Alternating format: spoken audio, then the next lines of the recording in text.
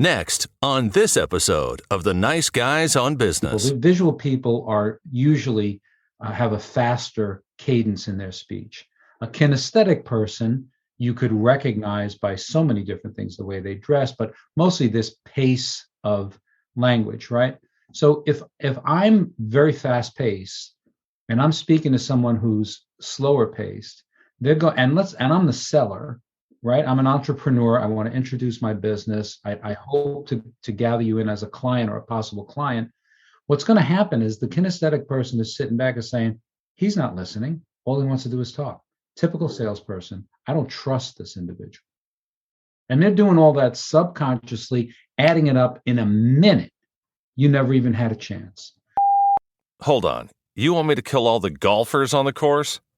Oh, the gophers. Sure, we can do that. We don't even need a reason. By the way, do you want me to go ahead and take care of the nice guys on business at the same time? I mean, kill two birds with one stone, so to speak. Go from where you are now to where you could be. Get expert tips to grow your business, to be more productive and more efficient, whether you're trying to build influence, grow your community, or make it rain. Best-selling author of Nice Guys Finish First, Doug Sandler, can lead the way. The Nice Guys on Business is produced by Turnkey Podcast Productions. Now, here's your host, Doug Sandler. All right, Nice Guy community, let's do some head work on the Nice Guys today. Our guest, Frank Somma, he's a Neuro-Linguistic Programming, also known as NLP, expert. Combine that with a sales and communications expertise, and he's become the trifecta of awesome, in my opinion. Quoting Frank, selling is no longer the art of the deal, it's the art of the relationship. Welcome, Frank, to the Nice Guys on Business podcast. Oh, I'm really glad to be here. I've followed you for quite a while, and it's an honor to have been an invited guest here. Thanks. Happy to have you here. And I know we have a friend in common. I don't know if Jane was your coach, but early on in my speaking career, Jane Atkinson was my coach as well. Oh, yeah, sure. Jane's my coach, and I do some teaching for her Wealthy Speaker School now. Yeah, in great, sales. Great. She does a great job of outreach, and I know that she does a great job with her connections in the speaking world. So let's take a 101 for just a second of what NLP is, so that those that may have heard the term but may be afraid to ask anybody when they say, "Hey, I'm an NLP expert." What is NLP? And tell me how you got your start in it. Sure, I'll try to be give you the very, very Reader's Digest type version of it. So NLP, Neuro-Linguistic Programming, was developed by two scientists out in Berkeley, Bandler and Grinder. And these two guys wanted to break down the nuances of human communication. Because, Dave, if you think back to the, if you think back to the Maharibin study that, everybody quotes with, only 7% of your communication is the words that you use versus tonality and body language. NLP studies that. Like, as I said that, you nodded your head, yes. Yeah. So what happens is most people miss some of the nuances that are happening in physical communication and tonality. And NLP basically teaches you to have a heightened awareness by practicing and studying those cues that were given off. If you think back, to prehistoric times, and, caveman A is walking on a ridge and encounters caveman B, he's got to determine, is this a friend, a foe, or possible mate, right? Go to the local bar scene, you'll see nothing has changed in 5 million years. But how did they do that? There was no language. So all of that was discerned by the body posture and facial cues that they picked up. We still have that deep in our lizard brain, and we're using it all the time. We're just not conscious of the use. It's interesting what you're saying is I referred to that, I guess, before I knew the term NLP, Neuro-Linguistic Programming. I knew the term as it's just your gut instinct. Yeah, there is that. What NLP brings you is the ability to actually look for things. And it's one of those things you want to become unconsciously competent about, right? Yeah. The levels of learning. So I'll give you like a wonderful example of a body English thing. So I was listening to Joe Navarro on body language. He's the FBI expert on reading people, right? So I was taking his class, and he said, no one will ever cross their feet in an elevator. His line was, the feet never lie. The feet never lie. No one will ever cross their feet in an elevator. And I never learned this in NLP, but I was in tune with paying attention to body cues, right? Mm-hmm. So I go to this cocktail party and I meet this dynamic salesperson. Her name is Barbara. And the reason that nobody will cross their feet is because, going back to your caveman times, if your feet are crossed, you don't have a solid footing. If someone shoved you, you would fall over. Okay. So when you're in a situation where you're not comfortable with the people around you, aka elevator, but you're in close proximity, people don't cross their feet. It's instinct. This was Joe's assertion. So I go to this party. I start talking to this wonderful woman, Barbara, and she's gregarious, and we're going on. And I noticed she crossed her legs, one leg over the other. And I went, well, isn't that something? Barbara's comfortable. Let me see if I can make her uncomfortable. So I pointed my feet away from the conversation. Rather than being squared up with Barbara, I pointed my feet on 90 degrees to the right, or almost, let's say 45 degrees to the right. And Barbara instantly uncrossed her feet. So she picked up that cue without even knowing it, because that's what humans do, and thought, oh, this is not as comfortable as it was, and stood flat foot. Then I talked to her a little bit more, and I slowly moved my feet back forward and talked more and listened, and she crossed her feet again. Then I moved my feet away from the conversation, and she uncrossed her feet. Now, to this day, I have no idea what Barbara and I talked about. You were so focused on because the I was body consciously, this is one of those where I was consciously competent. I had just learned it, and I was so focused on those red high heels and what was going on and proving Joe Navarro's point. But, this is what NLP does, is it teaches us to do all of these things unconsciously.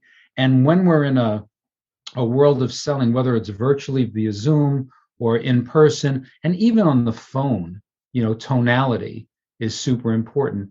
All of these things come to play where you can pick up these cues, and they help you to build a greater rapport with someone. And as we both know, nothing happens until people are in rapport. What a great story that you shared. The whole body language thing is ultra important, and I've seemed to have, just through interpersonal communication with people, I seem to have picked that up through the years. Just body language is everything.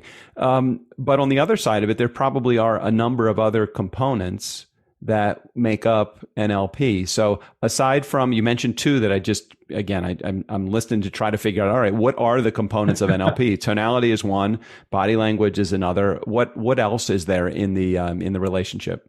Well, so for example, you're taught to pay attention to pacing and leading. So besides tonality, there's the pace. So imagine if I meet someone and I'm a person who speaks like 500 words a minute and gusts up to 700, and I just talk like this because that's my natural stance. This is the way I talk, Doug, and this is how the conversation is going to go because that's the way I talk.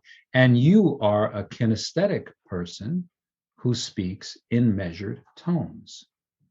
And I answer you and I say, okay, Doug, well, that sounds great. Why don't we go ahead? And you say, well, I'd like to ask a question or two. How's that going to go for me? Probably not well, because if you're listening at a rate that's 10 times that I am speaking, you're either going to get bored with the conversation quickly, or I'm going to feel exhausted by the time. I'm like, why was I exhausted by the time I finished having that conversation with Frank? And so, as let's say the seller is people who are visually based in their language.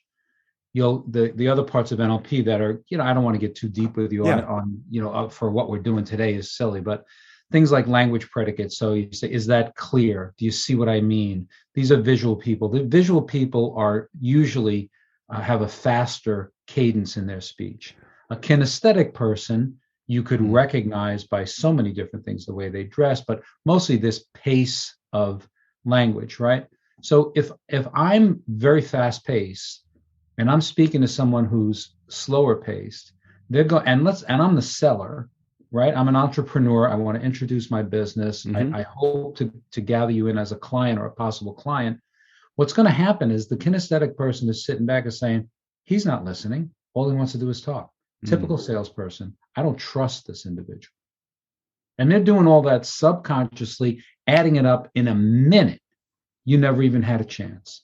But if you ask a couple of questions and listen, and then try to match the cadence of the other person's speech, to me, it's like people say to me, well, Frank, isn't that a bit manipulative? I mean, aren't you being insincere when you, and I say, well, No, to me, it's kind of like learning a little Mandarin before my trip to China. Yeah. Aren't people happy that I'm trying to speak their language? I 100% agree with you. Mirroring somebody that's on the across the sales table for me has never been a manipulation tactic. It's I'm trying to communicate in a language that they would 100% understand. And if I don't communicate in that language, I think that I'm doing a disservice to that person across the table, because if I really feel like I have a product or service that they could use and would benefit them, for them not to be able to hear me or communicate with me is doing me and my company a disservice. 100%, 100%. And when people are in great rapport, they begin to sound like one another. They use the same phrases. Mm-hmm. They have the same motions, body motions, and head movements. Think about kids. Introduce a kid from California to a kid from New York and put them together for 2 weeks. And at the end of 2 weeks, the kid from New York will be, saying A's instead of, the New York E's. Hey, let's go get a cup of coffee. And the California kid, be saying coffee, and the California kid will be saying, let's go get coffee. Like, it's just what happens. They start to, because your brain starts to want to be more like this person that you like. So when you like someone, you try to be more like them. You want to find more similar parts of them. And when you do that, that's when you get in deeper and deeper rapport. So what we're doing when we mirror somebody and we work with their language cadence and we figure out the predicate language they use, right? They use words like, I'm not feeling you. It's my gut's telling me, all right, this is a kinesthetic, this is a feelings-based person. And I start to use your language and your cadence. What I'm doing is front end loading rapport. It's where we would have ended up if we were good friends anyway. So I'm just front end loading that to make it easier for you to understand my message and make it easier for me to get you to share. Because the more you tell me, the better I can help you. Great message and really great way of explaining it to my community, Nice Guy community. Frank has written a book. It's called B2B is really P2P, How to Win with High Touch in a High Tech World. And I would say that now more than ever, that high touch in a high tech world is so much more important. I mean, we're all living it right now, and we're slowly but surely coming out of this remote lifestyle. Tell me how things have progressed over the last 18 or 20 months since we've entered the era of COVID.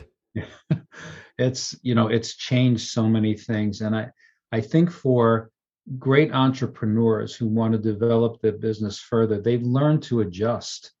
And when you get on the phone with someone, if you stand, like I have a standing desk. So when I'm making outbound calls, I pick up the desk and I make my calls. I don't sit during Same. when I'm right. All right. Well, there you go, Doug.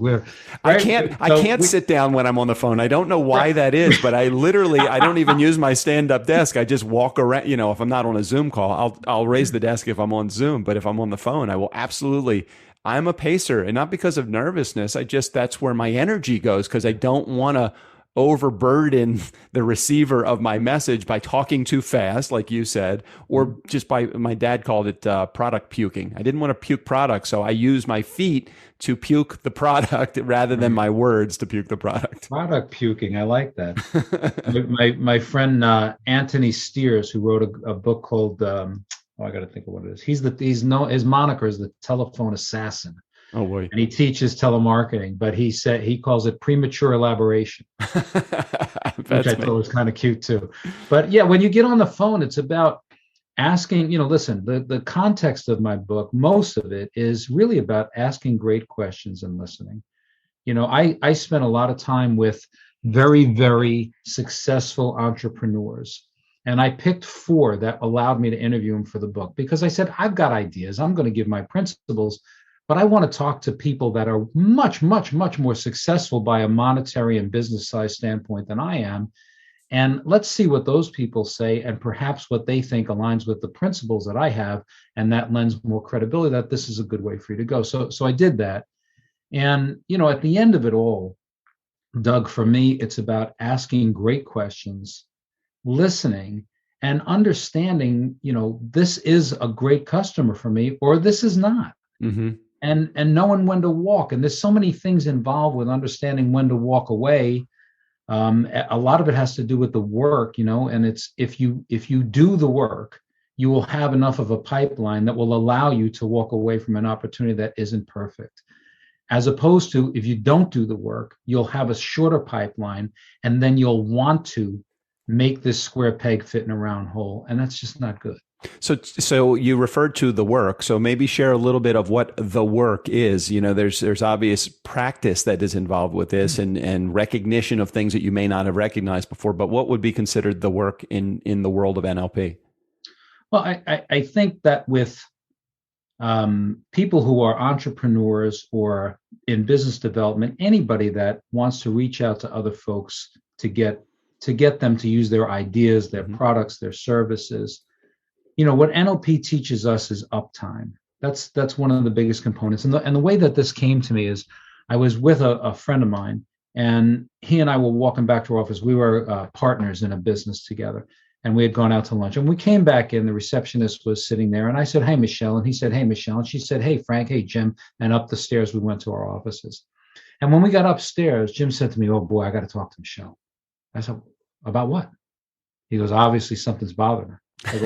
I go, "And you got that from Hey Jim?" He's like, "Didn't you see it? It was all over her face." I'm like, "No."